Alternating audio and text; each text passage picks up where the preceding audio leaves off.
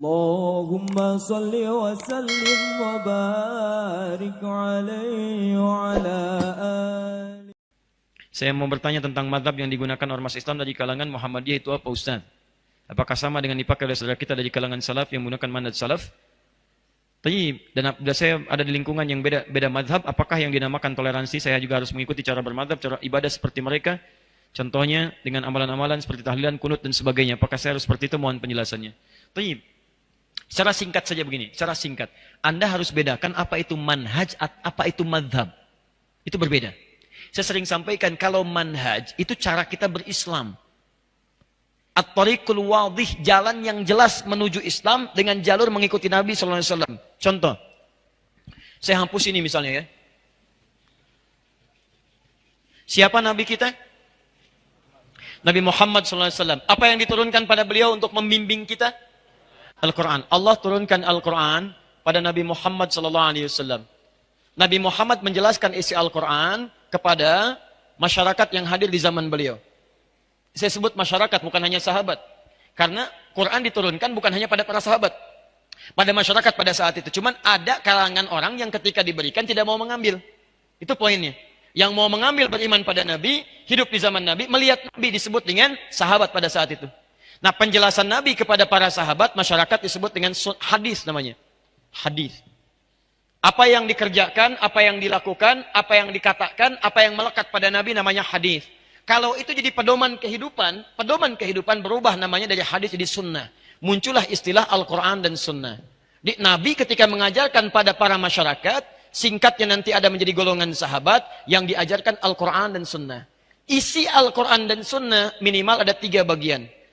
1 disebut dengan ibadah, 2 disebut dengan muamalah, 3 disebut dengan akhlak. Isi dari ketiga ini dibagi pada 2 bagian. 1, dalil dan tuntunan yang hanya 1 ragam saja, 1 cara. Di 1 dalil, 1 cara. Contoh, saya langsung ambil dalam ibadah. Contohnya sholat. Ada dalam sholat yang caranya cuma 1, dalilnya 1. Misal, ketika kita bertakbir misalnya, saat takbir apa yang dibaca? Allahu Akbar, hadisnya 1, caranya 1.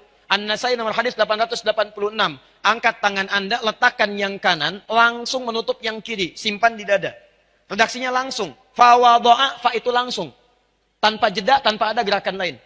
Mohon maaf ya, saya tidak bermaksud menyalahkan, tapi hanya mengembalikan pada hadis. Kalau ada, kerjakan. Kalau tidak, cukup kita tinggalkan. Jangan terlampau kreatif dalam ibadah.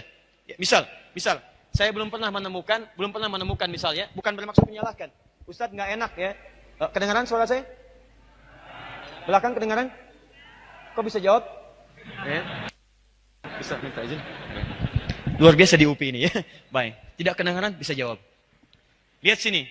Angkat yang kanan, letakkan kanan di kiri. Redaksinya langsung. Langsung itu artinya tidak ada jeda, tidak ada gerakan lain. Begitu diangkat, letakkan yang kanan di kiri. Saya mohon maaf, saya belum menemukan. Dan sebagian beralasan begini, Ustaz, nggak enak lah, masa sama Allah kiri dulu. Kenapa tidak kanan dulu? Allah, kanan masuk, kiri, tutup misalnya. Nah, ini fokus ya. Kadang-kadang kaki naik dikit misalnya ya. Misal, mohon maaf, ini hadisnya cuma 1, caranya 1. Disebutkan 1 hadis 1 cara karena menurut ukuran agama semua umat Islam mampu melakukannya. Makanya ketika dilakukan 1 cara semua orang bisa semua orang dan mengucapkannya Allahu Akbar, tidak ada kalimat lain. Kalau ada yang seperti ini artinya dipandang semua orang Islam mampu mengerjakannya. Karena itu tidak perlu kreatif mencari cara yang lain. Ya, misal yang tadi dilipat seperti ini, saya punya koleksi 1235 kitab hadis.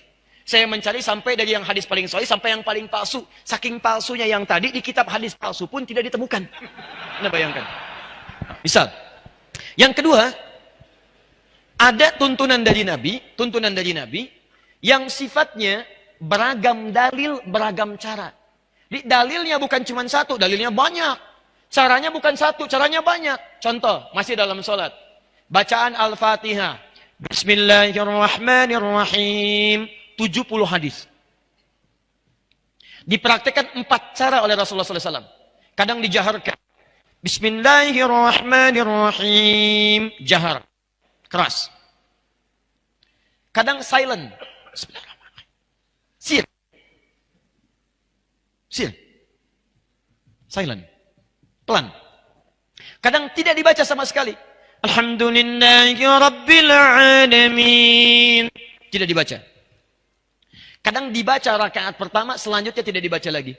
Bismillahirrahmanirrahim. Rakaat pertama. Kedua, Alhamdulillahi Rabbil Alamin. Tidak dibaca bismillahnya. 4 cara. 4 cara. Kadang baca yang ini, kadang ini, kadang ini, kadang yang keempat. Baca rakaat pertama, selanjutnya tidak dibaca lagi. Teman-teman, kenapa ada 4 tuntunan ini? Karena ada kisah sebelumnya. Sebelumnya dibacakan Alhamdulillahirabbil alamin tanpa basmalah, turunlah pertanyaan dari Ibnu Abbas radhiyallahu taala anhuma. Ya Rasulullah, kalau Al-Qur'an itu tidak ada sekatnya, tidak ada pemisah dari ayatnya, orang akan menduga ayat satu dengan lain akan bercampur. Karena dulu belum ada pemisahnya. Qul huwallah nyambung ke Al-Falaq, Al-Falaq nyambung ke An-Nas, diturunkanlah terpisah Bismillahirrahmanirrahim. Sejak turun Bismillahirrahmanirrahim, setiap suratnya diawali dengan Bismillahirrahmanirrahim. Al-Ikhlas ada bismillah. Setelah bismillah nyambung ke An-Nas, Al-Falaq. Al-Falaq bismillah. Setelah selesai nyambung ke An-Nas. Sebelum An-Nas bismillah. Cuman satu surat yang tidak ada bismillahnya, yaitu Al-Bara'ah. Surah At-Taubah, surah ke-9. Kenapa tidak dimulai dengan bismillah? Karena Al-Bara'ah dibuka dengan kalimat peperangan. Bara'atu minallah, perang. Sedangkan bismillah mengandung unsur kemuliaan, kasih sayang. Rahman dan Rahim. Dalam perang nggak ada kasih sayang. Nggak ada kasih sayang. Siapa yang perang ketika perang ada kasih sayangnya? Izin nembak ya. Dor, sakit nggak? Nggak ada. Tembak ya tembak. Nggak ada orang perang no kasih sayang. Nggak ada. Karena itu ayat Al-Bara'ah tidak ada bismillahnya. Kemudian dialihkan ke surat An-Naml di situ. Di An-Naml ada innahu min Sulaiman wa innahu bismillahirrahmanirrahim. Lengkap. 114 disebutkan. Nah, ketika turun ini, Nabi kemudian punyalah 4 kebiasaan ini. Kadang-kadang kalau ngimami orang-orang Mekah tanpa bismillah. Kemudian mengimami orang-orang yang turun ayat tadi dengan bismillah. Kadang dikeraskan, kadang disirkan. Kadang dibaca pertama, selanjutnya tidak. Dari sinilah kemudian, ini yang disebut manhaj. Keempat-empatnya ini petunjuk Nabi. Jadi kalau Anda ingin mengamalkan satu di antara ini, sah. Karena semua berasal dari Nabi. Lihat baik-baik, lihat baik-baik. Ketika Nabi SAW wafat, meninggal dunia. Sahabat mengajarkan ajaran Nabi. Ini yang banyak semuanya manhaj namanya. Manhaj. Manhaj itu cara yang terhubung pada Nabi. Nah, ketika sahabat wafat diterangkan pada golongan-golongan setelahnya tabi'in. Maaf, ini mengajar. Misal Ibnu Abbas radhiyallahu taala anhuma, beliau tinggal di Mekah. Ubay tinggal di Madinah kemudian. Kemudian ada lagi Ibnu Mas'ud, kemudian beliau merantau sampai dengan ke Irak. Ali bin Abi Thalib beliau di Kufah. Ada lagi yang kemudian Muawiyah bin Abi Sufyan sampai ke Afrika Utara. Muaz bin Jabal sampai dengan ke Yaman. Perhatikan baik-baik. Ketika mereka pergi ke berbagai tempat, mereka mengajarkan ajaran-ajaran dari Nabi. Yang ini tidak ada masalah. Tapi yang ini kan nggak mungkin mengajarkan keseluruhannya. Anda ketika akan menunaikan sholat, kan nggak mungkin membaca keempat cara ini. Pasti harus pilih salah satunya kan? Harus pilih. Ustaz nggak bisa, itu sunnah Nabi Ustaz. Jangan dipilih-pilih, semua kerjakan. Saya nggak apa-apa, kalau saya keempat-empatnya saya baca. Masya Allah. Imam Upi subuh baca keempat-empatnya. Bismillahirrahmanirrahim. Bismillahirrahmanirrahim. Tidak dibaca sama sekali. Ini nggak bisa. Anda harus pilih salah satu. Harus pilih. Nah, ketika Anda memilih, baik, ketika Anda memilih, keempat-empatnya ini harus dipilih salah satu. Dibedakan pernikahan dengan bacaan sholat, ini berbeda. Lihat sini, fokus. Ini semua empat-empatnya disebut dengan manhaj. Ketika Anda pilih salah satu, kan, maka kalimatnya berubah. Ma dhahaba ilaihi. Ma dhahaba ilaihi. Hal yang cenderung saya pilih. Ma, pilihan. Dhahaba ilaihi, yang condong saya kepadanya. Ketika saya ambil pilihan itu saya praktekkan. Nah, orang Arab itu sama dengan kita. Kalau terlampau panjang dia singkat. Supaya nggak kepanjangan. Ma dhahaba ilaihi, keraskan. Ma dhahaba ilaihi, sirkan. Kepanjangan. Singkat. Madhab. Singkat. Madhab. Ma dhahaba ilaihi, singkat jadi madhab. Dia ada singkatan-singkatan di Arab. Bahkan beberapa ayat di Quran itu istilahnya bukan bacaannya. Istilahnya bisa disingkat. Disingkat yang dimaksud bacaannya. Misal, Bismillahirrahmanirrahim, basmalah. Alhamdulillahirabbil alamin, alhamdulillah. Oh, ini sudah jam 9. Saya mohon maaf barangkali kita harus coba akhiri dulu. Kita tutup ta'lim kita malam ini dengan bacaan hamdalah. Hamdalah. Tidak. Ya, belum selesai. Ini contoh. Ya. Contoh. Belum selesai. Baik, kita tutup dengan bacaan hamdalah. Anda bacakan alhamdulillahirabbil alamin. Ketika disebutkan madhab itu bukan kelompok.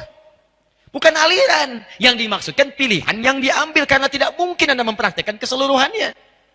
Maka ketika ini diturunkan, muncullah kemudian para ulama-ulama bintang di zamannya. Muncul kemudian Abu Hanifah, wafat tahun 150 Hijrah. Muncul Imam Malik, lahir 93 Hijrah. Kemudian muncul Imam Asy-Syafi'i, lahir tahun 150 Hijrah. Abu Hanifah meninggal, Asy-Syafi'i lahir. Muncul Imam Ahmad bin Hanbal tahun 163 Hijrah, lahir. Nah ini, orang-orang ini, lahirnya di awal-awal abad kedua Hijrah. Lahir. Bahkan Imam Abu Hanifah wafat 150. Imam Malik lahir tahun 93. Imam Syafi'i lahir 150. Imam Ahmad lahir 163. Fokus. 163 masih di abad kedua. Orang yang lahir masih kisaran abad kedua disebut generasi salaf namanya. Salaf. Generasi tempo dulu. Zaman old. Ini. Salaf. Di Imam Asy-Syafi'i, salaf. Imam Abu Hanifah, salaf. Imam Malik, salaf. Imam Ahmad, salaf. Nah, imam-imam ini, kenapa mereka cukup terkenal? Karena mereka merangkum ajaran-ajaran para sahabat yang bersumber dari Nabi ke masa mereka bukan hanya dengan ingatan, tapi dengan tulisan. Dulu orang belajar dengan ingatan, saking kuat ingatannya luar biasa Pak. Ingat luar biasa. Tapi masa setelahnya kan beda. Semakin meluas, semakin beragam, semakin tipikalnya berubah, semakin memiliki kekuatan yang berbeda-beda dalam ingatan. Maka para imam ini selain kuat ingatannya, mereka juga menuliskan ingatan mereka dalam bentuk kitab-kitab. Terjagalah ajaran itu dalam kitab mereka. Ini yang menyebabkan itu menyebar keseluruhannya. Tapi persoalannya, Imam Abu Hanifah nggak mungkin praktekkan keempat-empatnya. Dia harus pilih salah satu. Ketika memilih disebut dengan mazhab Abu Hanifah, dikenal dengan Hanafi. Imam Malik memilih untuk tidak baca bismillah, dikenal dengan Maliki, mazhab Maliki. Pilihan Imam Malik. Imam Asy-Syafi'i pilih dijaharkan, disebut dengan mazhab Syafi'i, pilihan Imam Asy-Syafi'i. Imam Ahmad menengahi di antara keduanya, pakai sir, silent. Ya, disebut dengan mazhab Hambali, pilihan Imam mazhab bin Ahmad bin Hambal. Di ketika disebutkan mazhab bukan kelompok, tapi pilihan para imam ini. Dan mereka tahu keseluruhannya, cuma harus memilih mana yang dipraktikkan. Nah, persoalannya adalah ketika imam ini mengajar, disampaikan generasi setelahnya, generasi setelahnya sampai ke kita. Menyebarlah sekarang. Mazhab Abu Hanifah ada di sekitaran Asia Selatan, India, Pakistan, sampai ke timur jauh di Cina. Kemudian Imam Malik sekarang dulu di Madinah.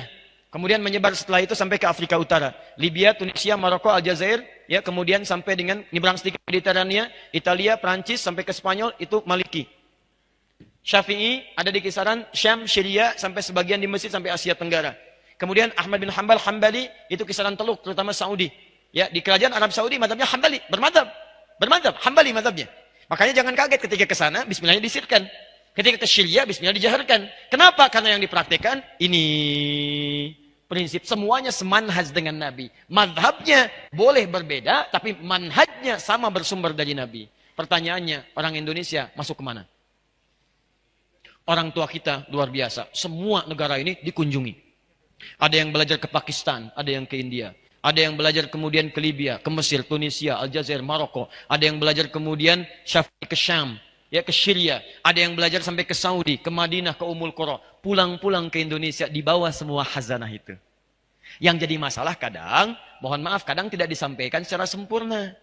Yang disampaikan apa yang dibawa aja. Inilah sumber pertama gagal paham dalam persoalan ini. Yang pulang dari Saudi misal, orang Surabaya datang ke Bandung, Bandung baru pulang dari ini, yang Mesir misalnya, di sana prakteknya Syafi'i, bismillah dijaharkan, yang di sana disirkan. Begitu datang ke sini, bismillahnya, misalnya maaf, tidak dijaharkan. Biasanya jahar jadi sir. Bismillah. Alhamdulillahi Rabbil Alamin. Bid'ah. Ini masalahnya. Saya pernah ditinggal di Mekah 2010. Saya tugas di Mekah, menerima jemaah haji pertama kali. Masuk sholat Isya, imamnya Syekh Sudes. Bismillahirrahmanirrahim. Alhamdulillahi Rabbil Alamin. Oh, iki imamnya Muhammadiyah. Muhammadiyah cabang Masjidil Haram. Luar biasa itu. Oh, Anda bayangkan. Bukan salah, sebenarnya cuma pengetahuan yang kurang masuk. Saya di Libya itu pernah mengajar beberapa siswa. Terus ada yang orang Indonesia. Saya bilang, ayo kumpul. Anda nanti gini ya, nanti ada liburan, Anda pulang ke Indonesia, coba lihat bagaimana karakteristik masyarakatnya, apa yang dibutuhkan. Pulang lagi ke sini, siapkan pelajaran supaya masyarakat yang perlukan itu bisa mendapatkannya. Jangan cuma belajar yang umum-umum, pelajari yang masyarakat Anda butuhkan. Kita bikin kelompok.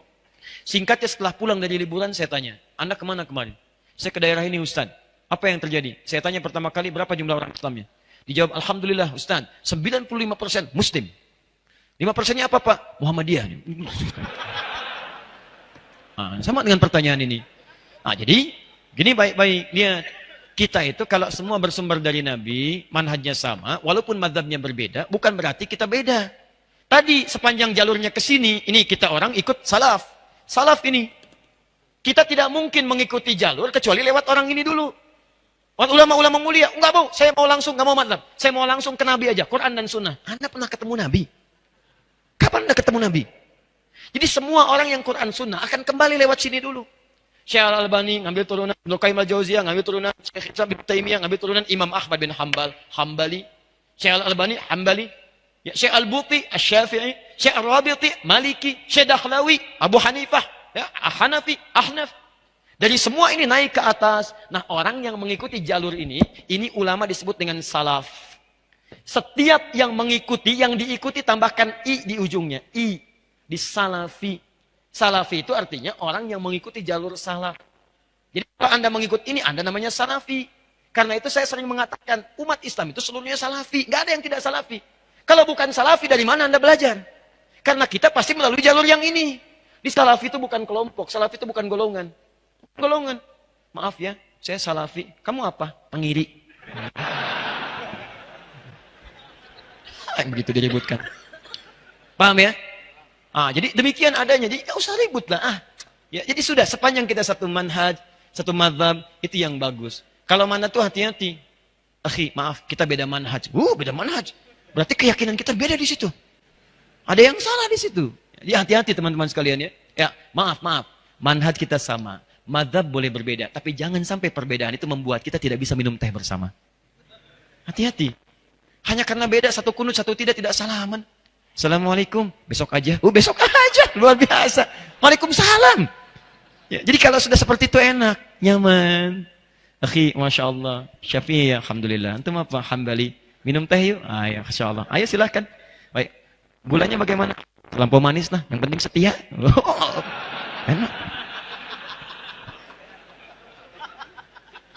Sudah ya? Sudah lewat ya jam 9.